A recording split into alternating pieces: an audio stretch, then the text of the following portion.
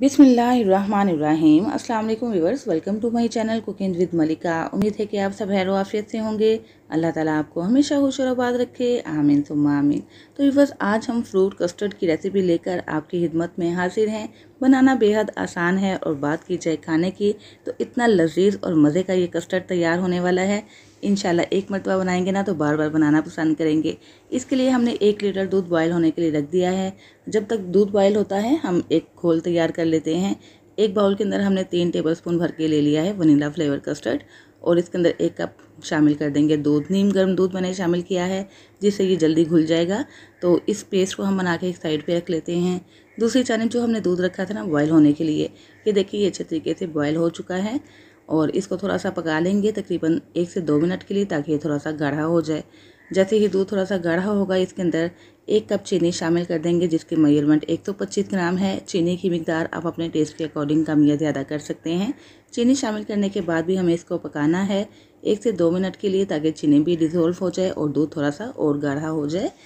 और यहाँ भी बस हमने दूध को पका लिया है। अब हम इसके अंदर जो घोल तैयार करके रखा था ना कस्टर्ड का, उसको पहले मिक्स कर लेंगे क्योंकि ये नीचे बैठ जाता है। और थोड़ा थोड़ा करके हमने ये कस्टर्ड शामिल करना है और साथ साथ चम्मच को चलाते जाना है। इस टाइप के करने से क्या होगा कि कस्टर्ड की गुठलियाँ बिल्कुल भी नहीं बनेंगी और बहुत ही स्मूथली ये कस्टर्ड तैयार हो जाएगा। और यहाँ पे एक और बात का आपको ख्याल रखना है कि आंच बिल्कुल धीमी होनी चाहिए। बिल्कुल स्लो फ्लेम पे हमें कस्टर्ड को पकाना है ताकि कस्टर्ड का कच्चापन दूर हो जाए। कस्टर्ड डालने के बाद इसको हमें तकरीबन 3 से 4 मिनट के लिए और पकाना है। ये काफ़ी हद तक गाढ़ा हो चुका है। तो बस फ्रूट कस्टर्ड के अंदर जो कस्टर्ड यूज़ किया जाता है वो ज़्यादा गाढ़ा नहीं होता।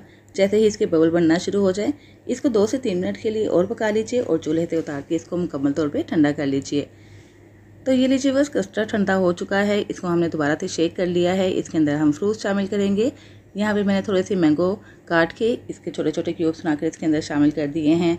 अंगूर मेरे पास 2 तरह के हैं, ग्रीन भी है और ब्लैक भी है, दोनों तरह के शामिल कर दिए हैं। एक केला हमने इसी वक्त काटना है और उसी वक्त इसके अंदर डाल देना है ताकि ये काला ना हो जाए। सेब को भी हमने फ्रेश काट के इसके अंदर शामिल किया है। थोड़े से पिस्ता, बादाम और किशमिश शामिल कर दी है और उसके बाद इसमें शामिल कर देंगे थोड़े से पाइनएप्पल के पीसेस, जिसको हमने कैन से निकाल के इसका पानी सेपरेट कर दिया है और इसको भी ऐड कर दिया है। जो भी फ्रूट्स आपके पास अवेलेबल हैं और जो आपको पसंद है आप इसके अंदर शामिल कर सकते हैं। तो इस तरह हमारा मज़ेदार सा फ्रूट कस्टर्ड तकरीबन तैयार ही है। अब हमने इसकी करनी है मिक्सिंग। तो उम्मीद है बस आपको मेरी रेसिपी पसंद आई होगी। रेसिपी अच्छी लगी तो प्लीज़ वीडियो को लाइक और शेयर कर दीजिएगा। चैनल पर नए हैं तो प्लीज़ चैनल सब्सक्राइब करके बेल आइकन प्रेस कर दीजिएगा ताकि हर नई आने वाली वीडियो की नोटिफिकेशन आप तक फ़ौरन से पहुँच सके, जो बिल्कुल फ्री है। तो देखा भी बस कितनी जल्दी हमने ये डेजर्ट तैयार कर लिया है। मज़ेदार तो ये है ही और साथ ही साथ ये हेल्दी भी है क्योंकि इसके अंदर बहुत ज़्यादा फ्रूट्स का इस्तेमाल किया गया है। अगर अचानक से मेहमान आ जाएं तो फटाफट से ही ये डेजर्ट तैयार कीजिए, उनकी दाद वसूल कीजिए। बच्चों को भी इंशाल्लाह ये डेजर्ट बेहद पसंद आने वाला है। ज़रूर ट्राई कीजिएगा बिल्कुल इन ट्रिक्स एंड टिप्स के साथ। और काइंडली मुझे बताइएगा भी कि जब आपने इस तरीके से ये फ्रूट कस्टर्ड बनाया तो कैसा बना, आपको और आपकी फैमिली को कैसा लगा। इंशाल्लाह सबको ही बेहद पसंद आएगा।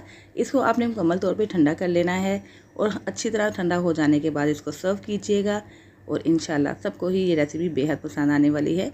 अब हम इसको टेस्ट करेंगे और यकीन मानिए बस टेस्ट में भी ये इतना लाजवाब तैयार हुआ है कि एक मरतबा इस तरीके से बनाएंगे ना तो इंशाल्लाह बार बार इसी तरीके को फॉलो करते हुए आप ये कस्टर्ड बनाकर खाना पसंद करेंगे। इसके साथ ही बस इजाज़त चाहती हूँ, फिर हाजिर होंगे इंशाल्लाह एक नई रेसिपी के साथ। अपना बहुत सा ख्याल रखिएगा, मुझे भी दुआओं में याद रखिएगा। अल्लाह हाफिज़।